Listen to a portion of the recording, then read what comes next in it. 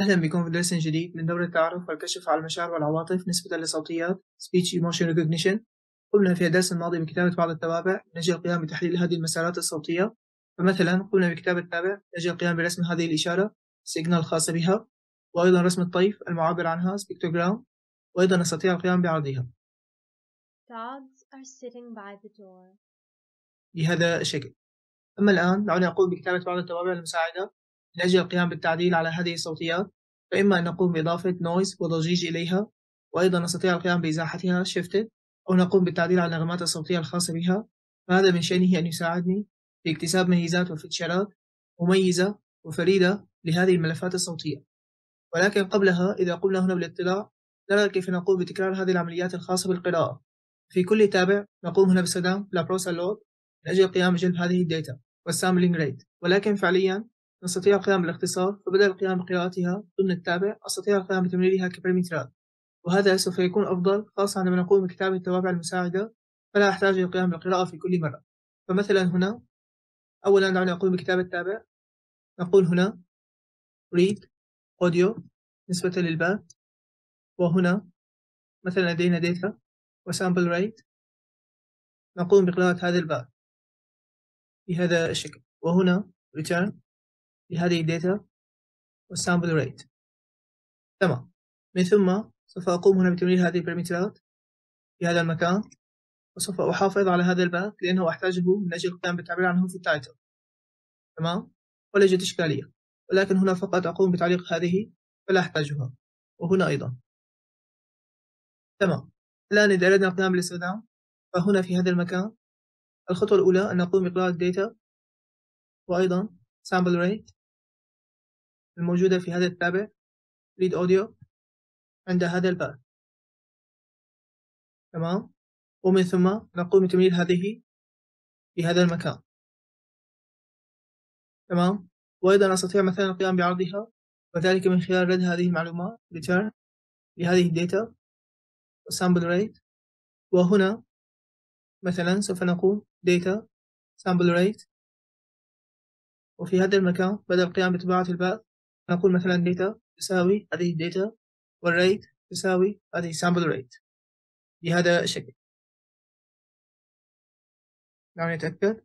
طبعا هنا لا ننسى القيام بتفعيل هذه هكذا. تمام، فنرى كيف أنها تعمل ولا يوجد إشكالية. تمام. Dogs are sitting by the door. الآن إذا أردنا القيام بكتابة هذه التوابع المساعدة فمثلا سوف أبدأ بكتابة تابع معبر عن الضجيج. فإذا قلنا add noise نقوم هنا بتمرير هذه الداتا وأيضا sample rate. فهنا الخطوة الأولى أن نقوم بإضافة noise. نقوم باستخدام مكتبة النمبي يعني نقوم بجلبها هكذا، وهنا من random uniform نقوم بضربها بالأماكس الخاص بهذه الداتا، ونقوم هنا بإضافة نسبة معينة مثلا 0.035 بالألف بهذا الشكل. من ثم إذا أردنا مثلا القيام بالاطلاع على الشيب الخاص بهذه الداتا فمثلا إذا قلنا هنا data shape لنرى يقول أنها غير موجودة. طبعا هي دي وليس data، فنرى هنا البعد الخاص بها المعبر عن طولها. لذلك سوف أقول هنا في هذه النويز قم بإضافة هذا الضجيج إلى الداتا تساوي noise مضروبة numby random normal distribution، وهنا نقول size يساوي هذه الداتا shape عند الصفر بهذا الشكل. ومن ثم نقوم هنا برد لهذه الداتا بعد التعديل بالإضافة إلى sample rate. تمام. الآن إذا أردنا القيام بعرضها فهنا يكفي أن نقوم باستخدام التابع كما هو مع هذه البارامترات. فمثلا قبل القيام هنا بالعرض والرسم يعني أقوم بالتعديل على هذه المعلومات data والsample rate. فنقول هنا هذه المعلومات قم بتمريرها هنا وقم بردها في هذا المكان لنرى. فنرى هنا الضجيج المولد وأيضا الأثر الموجود هنا. إذا قلنا الاستماع إليها Dogs are sitting by the door. تمام. هذا بالنسبة للتابع الأول. إذا أردنا مثلا القيام بكتابة التابع وذلك من أجل القيام بإزاحة هذا الملف، فمثلا نقوم بتسميته shift، نقوم بتمرير الداتا وأيضا السامبل ريت.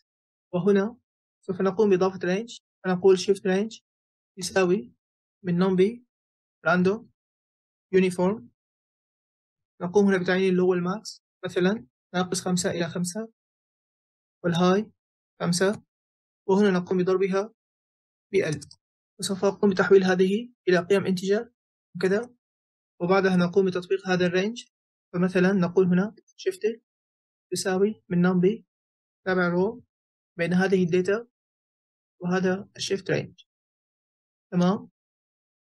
وذلك للشيفت وأيضا sample rate بهذا الشكل. لنرى إذا أردنا القيام بالاستخدام، فدعني أقوم بإعادة هذه كما هي دون ضجيج. وإذا أردنا مثلا القيام بالإزاحة، فسوف أقوم باستخدامها هكذا shift. فنرى هنا مثلا هذه العتبة الزمنية وكيف تبدأ هذه الصوتيات عند هذه الأزمان، عند 1 تقريبا إلى 3. إذا قلنا هنا بالتعديل، فنرى هنا كيف قمنا بالإزاحة قليلا. إذا أردنا مثلا القيام بالتعديل وإزاحتها بقدر كبير، فأستطيع هنا مثلا القيام بالتعديل. فإذا قلنا من 1 إلى 15، طبعا 1 هكذا لنرى، فنرى هنا كيف قمنا بإزاحتها بقدر كبير. كانت عند 1 أصبحت بين 1.5 وال2. إذا قلنا مثلا من 10 إلى 50، فنراها بهذا الشكل. ونرى هنا الطيف بالإضافة إلى الصوتيات. door. Dogs are sitting by the door. ولكن نحن لا نقوم بإزاحتها بهذا القدر، وإنما سوف أقوم بجعلها بين 5 والناقص 5. تمام. هذا بالنسبة لتابع الشيفت. وأيضا بالنسبة لتابع التعديل على الصوتيات والنغمات الصوتية، فمثلا سوف أقول pitch، نقوم هنا بتمرير الداتا sampling rate وأيضا factor عامل التعديل ليكون مثلا مساوي 0.7. تمام. وهنا سوف أقوم بالاستعانة وذلك بمكتبة LibRosa Flex pitch shift. وهنا نقول y تساوي data وأيضا sample rate يساوي لهذا البارامتر sample rate بالإضافة إلى number of steps يساوي هذا الفاكتور بهذا الشكل. ومن ثم نقوم هنا بردها return. تمام. إذا أردنا القيام باستخدامها، فهنا نقول في هذا المكان، نرى هنا الأثر والتعديل. Dogs are sitting by the door. تمام. نرى هنا كيف لدينا بعض التعديلات على النغمات الصوتية، وكأنما هناك تأثيرات، وأصبح هناك شيء من الصدى وشيء من المؤثرات الخاصة. وأيضا إذا أردنا مثلا القيام بكتابة تابع يعبر عن تمديد هذا الملف الصوتي، فأستطيع القيام إما بتمديده أو تقصيره. فدعوني مثلا أقوم بكتابة تابع لنقول stretch، نقوم هنا بتمرير الداتا كما تعودنا والسامبل ريت بالإضافة إلى معدل التعديل ريت. إذا كان مساوي ل1 فالخرج يكون مساويا الحالة الأصلية. إذا قلنا بتقليلها أقل من 1، فهذا يعني أن نقوم بتمديدها. مثلا إذا قلنا 85، فهنا سوف نقول stretch من LibRosa Flex time stretch، وهنا نقوم بالتعبير عن الداتا وهذه الريت. طبعا قمت هنا بتمرير sample rate، وذلك من أجل المحافظة على هذا الريتم وهذا الانسجام.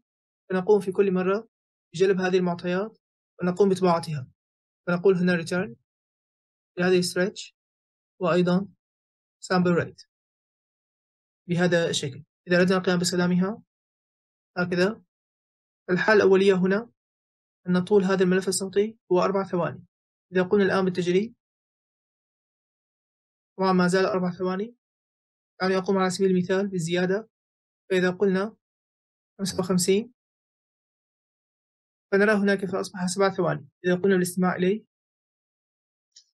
Dogs are sitting by the door. بهذا الشكل. إذا قلنا مثلا مساوية إلى 1.55 هكذا، فنرى هنا كيف أصبحت أقصى بهذا الشكل. ثانية. Dogs are sitting by the door. وأستطيع القيام بالتعديل كيفما أشاء. دعني أقوم بجعلها 0.85 حسب قيمة، فهي ليست كبيرة إلى حد بعيد وليست قليلة.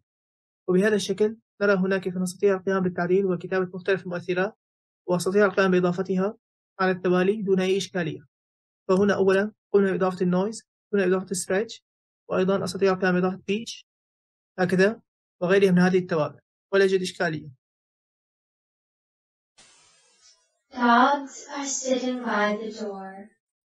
وسوف نرى في الدروس اللاحقة كيف أستطيع القيام بتوظيف هذه التوابع والقيام باستخدامها من أجل القيام بجلب الفيتشرات المعينة وبناء الداتا سيت من أجل القيام بالتدريب والتنبؤ.